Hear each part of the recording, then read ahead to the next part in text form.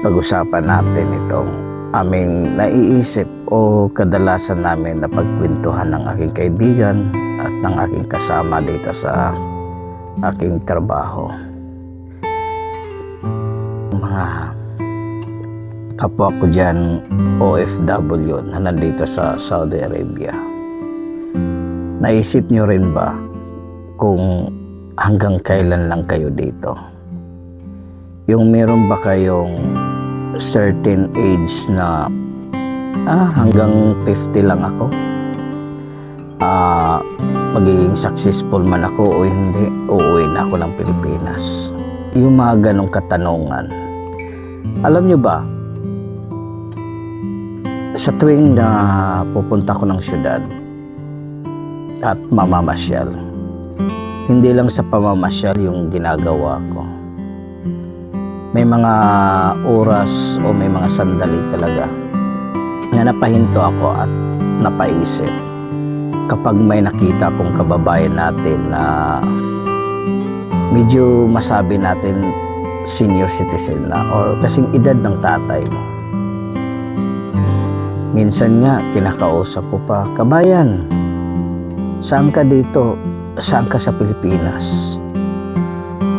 Pero kapag tinitingnan ko ng malalim yung buong pagkatao niya, doon pumapasok sa isip ko yung katanungan na, okay pa kaya to si tatay? Ano kayang nasa isip ng mga anak nila na yung tatay nila nandito pa rin sa ganitong edad? Yung mga ganon.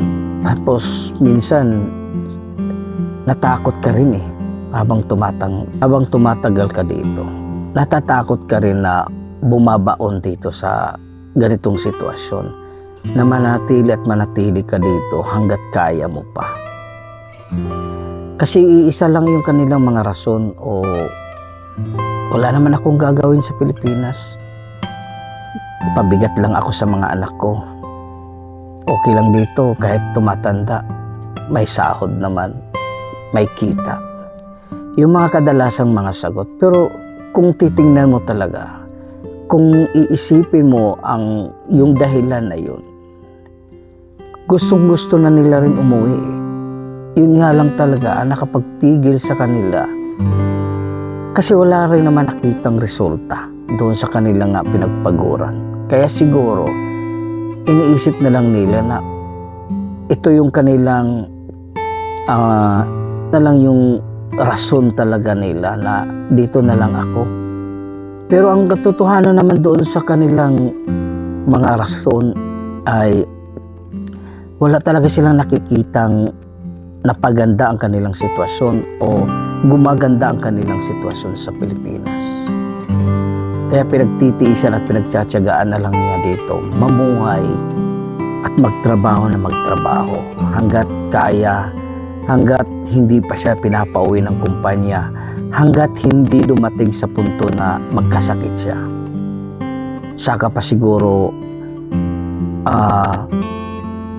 yun ang magiging dahilan na umuwi na talaga siya sa Pilipinas. Kaya minsan kaming magkasama sa trabaho, napag-usapan din naman, ikaw sa tingin mo, tatagal ka ba dito ng 20 years? Tatagal ka ba dito ng ilang years? Kung sa tingin mo, alam mo talaga sa pakiramdam mo na may sakit ka or mahina ka na. Dahil marami kami napapanood, marami kami kasama na may nangyari nga na ang sipag at iniisip talaga niya yung kita niya. Nangihinayang siya doon sa kita niya. Nabiro mo, wala ka naman halos ginagawa dito pero sumasahod ka. Pero ang tanong, napapakinabangan mo ba yung mga kinikita mo? Napapasaya ka ba doon sa mga kinikita mo? Kasi kung kita lang talaga ang pinagbabasihan mo, hindi yung kung ano yung nararamdaman mo o ano ba yung halaga ng buhay mo na makasama ang pamilya mo sa Pilipinas. Umuwi siya dahil nagkasakit na.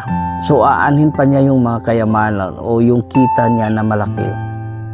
Kung sa pag-uwi niya ay yun lang din ang paggagamitan niya na pang-medical hanggang hindi lang siya inabot ng 1 year at siya ay namatay. Kaya napaisip namin, wala rin palang saysay, walang silbi. Yung kinikita mo, yung sa buong buhay mo na pagtatrabaho at yung kinikita mo ay hindi mo rin pala na-i-enjoy dahil ilang buwan ka na lang pala na mamamalagi sa mundong ito. Kaya sana tayo mga OFW, meron tayong talaga sa buhay na magiging successful man tayo o hindi, uuwi at uuwi tayo sa tamang panahon. Yung kaya pa natin ma-enjoy yung buhay natin na kasama ang pamilya, kasama yung mga apo. Kasi yung pera nandyan lang naman yan eh. Yung kita mo dito, kung pag-aralan mo at pagsisikapan mo, kikita ka sa Pilipinas eh. At ang mahalaga talaga dyan sa pamilya, malaki man ang sahod o hindi, kapag nagtutulungan kayo, makakaraos din naman kayo. Pero nai-enjoy nyo pareho na kahit tirap, basta magkasama-sama, nai-enjoy nyo pa rin ang buhay. May oras ka pa rin para i-enjoy mo yung buhay na kasama yung mga anak, yung apo, yung mga mahal mo sa buhay, yung mga kaibigan mo. Dapat pinag-uusapan talaga yan. Hindi lamang sa partner mo, kundi sa mga anak mo. Yung mga anak din, sana inisip din nila na yung kanilang mga magulang na nagtatrabaho hanggang ngayon ay tama na. Sila naman ang umako sa responsibilidad na hanggang ngayon hindi pa rin matapos-tapos ng kanilang mga magulang. Dahil nga nag-alala din sila na wala din namang napupunta ng kanilang pinaghihirapan. Ang hirap din, di ba? Kaya hindi ko maiwasan na malungkot. Hindi ko maiwasan na hindi mag-isip. Darating kaya ang panahon na yung nakikita ko, yung mga nakausap ko, ay magiging ako din sa darating na mga panahon. Kapag hindi ko pinaghandaan ang sarili ko. Na sana hindi ako magiging katulad nila na tumatagal at dito na napaglipasan ng panahon. Maiksi ang buhay para sa palagi tayo nag-alala. Palagi tayong nagtatanong sa sarili natin na baka hindi natin kaya ba natin? Dahil yun lang naman talaga ay kinakatakutan ng ating mga kababayan na baka sa pag-uwi ay mas lalong mahihirapan. At least hawak kamay kayo na susuungin nyo ang bawat araw na may mga problema. Pero mas lamang dahil may kasama ka sa buhay mo.